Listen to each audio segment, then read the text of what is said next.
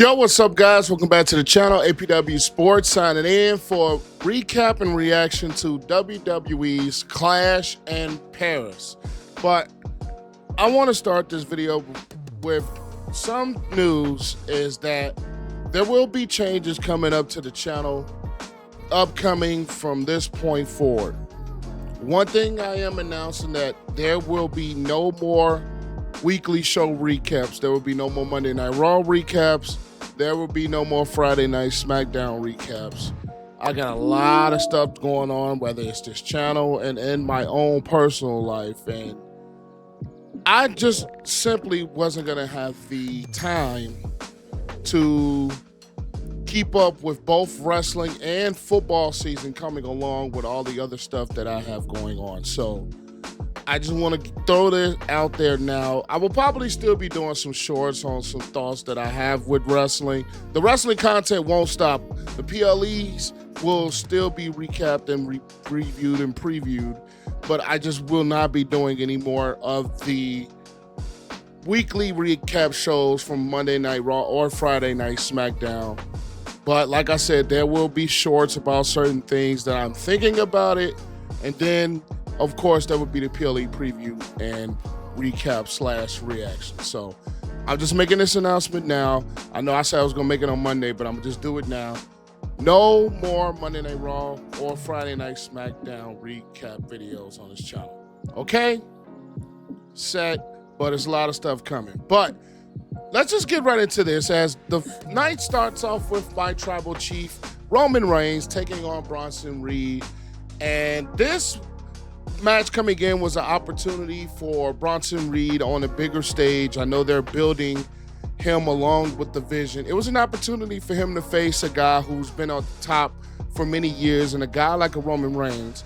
And this rivalry has been intense. That match was very intense, and it was a very good match where ends up Roman Reigns coming out the victor, and Paul Heyman looking after Bronson Reed while Roman Reigns celebrates. But Roman Reigns comes back into the ring and then Paul Heyman proceeds to try the whole I'm your tribal chief thing now. But once he gives the Shula Fala back to Roman, Roman drops him and hits the accolade. I don't know why the name of his move is the lock on him, and chokes out Paul Heyman. And he goes to the crowd, starts to sign his shoes. And when he stood on that table, I was just like, Braun Breaker's coming in. At some point, Braun Breaker's coming in. Braun Breaker comes in, spears him, and basically the full-out assault ensues with both Bronson Reed and Braun Breaker on Roman Reigns. Whether it's tsunamis after tsunamis, more spears as they got the green cleared. And then Jey Uso, after later on, comes in to try to make the save, but he takes a brutal spear. But overall, I think that was just done to kind of write Roman off for TV for the moment so he can go film Street Fighter. Maybe that's just my opinion. But it also further pushes the faction of the Vision going forward. But overall, that was a good match. Then we have the WWE Tag Team Championship match with the Wyatt Six versus the Street Profits. And there's a little bit uncharacteristic from the Street Profits where there was a little bit of disillusion at the beginning of who was going to start the match, and then it was a stiff tag. Are they teasing something with this? But overall, very solid tag team match. I'm glad to see that the Street Profits finally got themselves into a PLE match, which it seems like forever since they've been in one, which their TLC match, the Smackdown at the WrestleMania still, I think, should have been a WrestleMania card. But nonetheless, the Wyatt Six, of course, you're going to have help. Eric Rowan comes out. You have Nikki Cross on the ring, Uncle Howdy with distractions to help and aid with Loomis and Gacy picking up the win and retaining their tag team championships. And I always said SmackDown's tag division is leaps and bounds above Monday Night Raws. So I'm glad to see that the Street Profits finally get their PLE match, but I really think something is cooking up with the Street Profits, with the way that the thing started off early. Maybe I could just be reading into something, but I really think something's going to start up between the two. It seems like it. But then you have the Women's Intercontinental Championship match with Becky Lynch versus Nikki Bella. And I was one that I really like Becky Lynch's heel run. It's been absolutely amazing.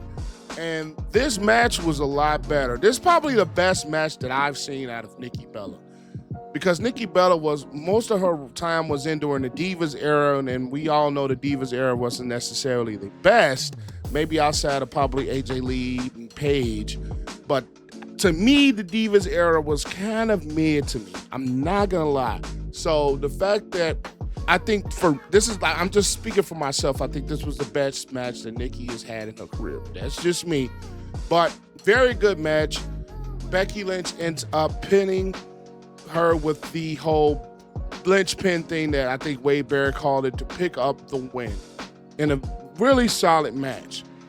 But I just think with Becky keeping the title, where does she go next?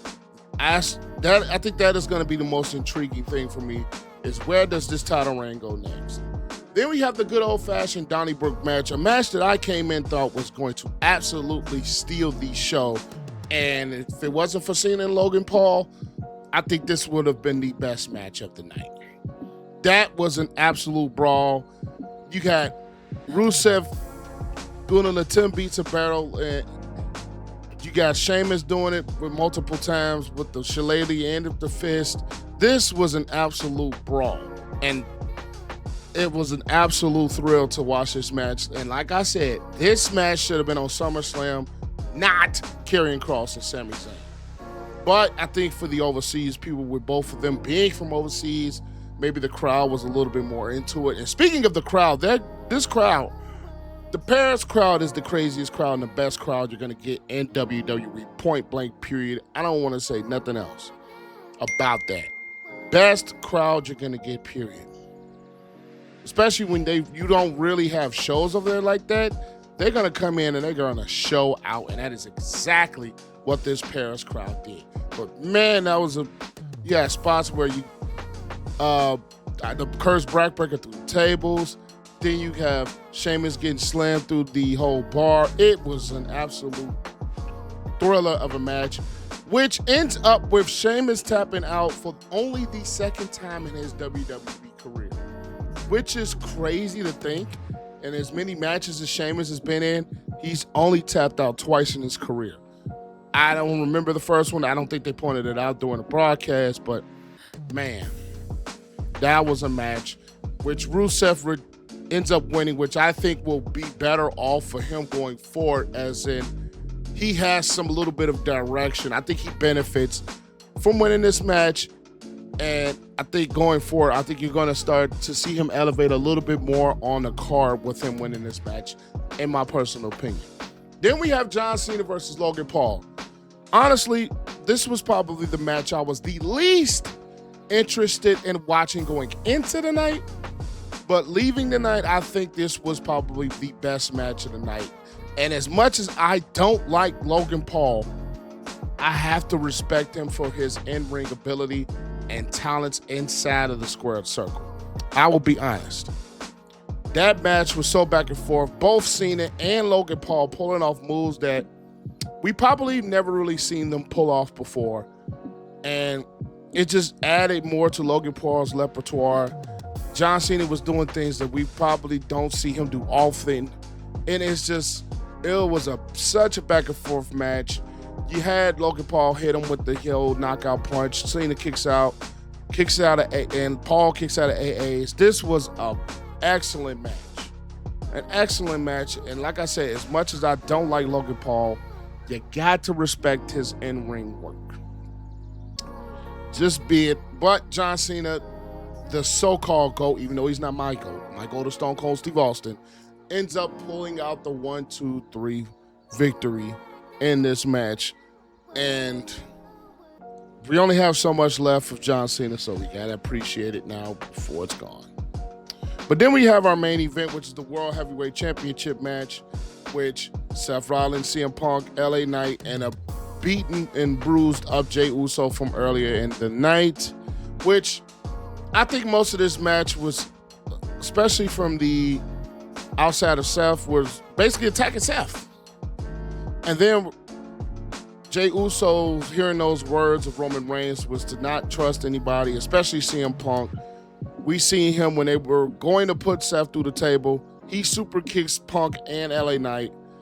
And this was a match where Seth was saying, oh, I don't need anybody. I got this on my own. If I can't win on my own, why do I need this title? And it was a very solid match. I'll be honest, guys. I've said this before and I'll say it again. I hope Seth does not have a long title reign, because I am one that's kind of frustrated with it. I'll probably make it short about it, but I'm not too much of a fan of Seth having the belt. And it's nothing to do with Seth. It's just you kind of want to see something different. But we got that something different when we had Bronson Reed. Speaking of earlier, we had Bronson Reed and Bron Breakker both banned from ringside. And if they even showed up, Adam Pearce was going to suspend them without pay indefinitely. So that left Seth on his own. But when he had that comment before the match that I'm 2 steps ahead, I was like, there's going to be a fourth member in here somewhere. The writing was there. And lo and behold, when we thought CM Punk could have had this match, one, hit the GTS, and it looked like he was about to hit a second one, here comes a low blow. And it was a woman figure, and the woman figure turns out to be Seth's wife, Becky Lynch, to come in and assist her husband. Seth stomps Punk through on the chair, and he gets the 1, 2, 3. My thing is with this, how many times is CM Punk going to push Seth over? That's what it's really seeming like. Seth is getting put over multiple times by CM Punk. And it's just, how many times we're going to see this? Before, at some point, CM Punk conquers Rollins. Or Roman at some point conquers Rollins. Because it's almost very eerily similar to his 2015 WWE Championship run, where he just has people in his corner that just backs him and protects him and falls for him. It's the same. It's literally the same similar thing. The only thing is he has Paul Heyman at his side. Well, he didn't tonight because Paul Heyman got choked out, but that's why it was a little bit of a frustrating thing for me to have Seth with the title in the first place. And it seems like one of those title reigns to me that's going to last into WrestleMania, and I'm not here for it, and I'll be honest. But overall, this is a very good. The matches were really good on this night. Even the match that I thought was going to be the one I least expected to see turned out to be the best one. And then the main event was another storyline in the Vision. So I'll give this about a 7.5 out of 10. Really good night. Sucks to see my boy Roman Reigns get taken out, but like I said, it's probably for filming reasons. And the Street Profits finally get a PLE match, but there's something brewing. Where is Becky Lynch going to go next with a title reign? Old-fashioned Donnybrook was excellent. And Rusev, I think, is going to be pushed up the card now. Logan Paul versus John Cena was amazing.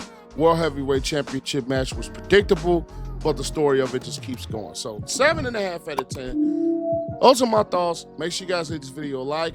Comment your thoughts down below. And I will catch you guys later. APW Sports signing out. Peace.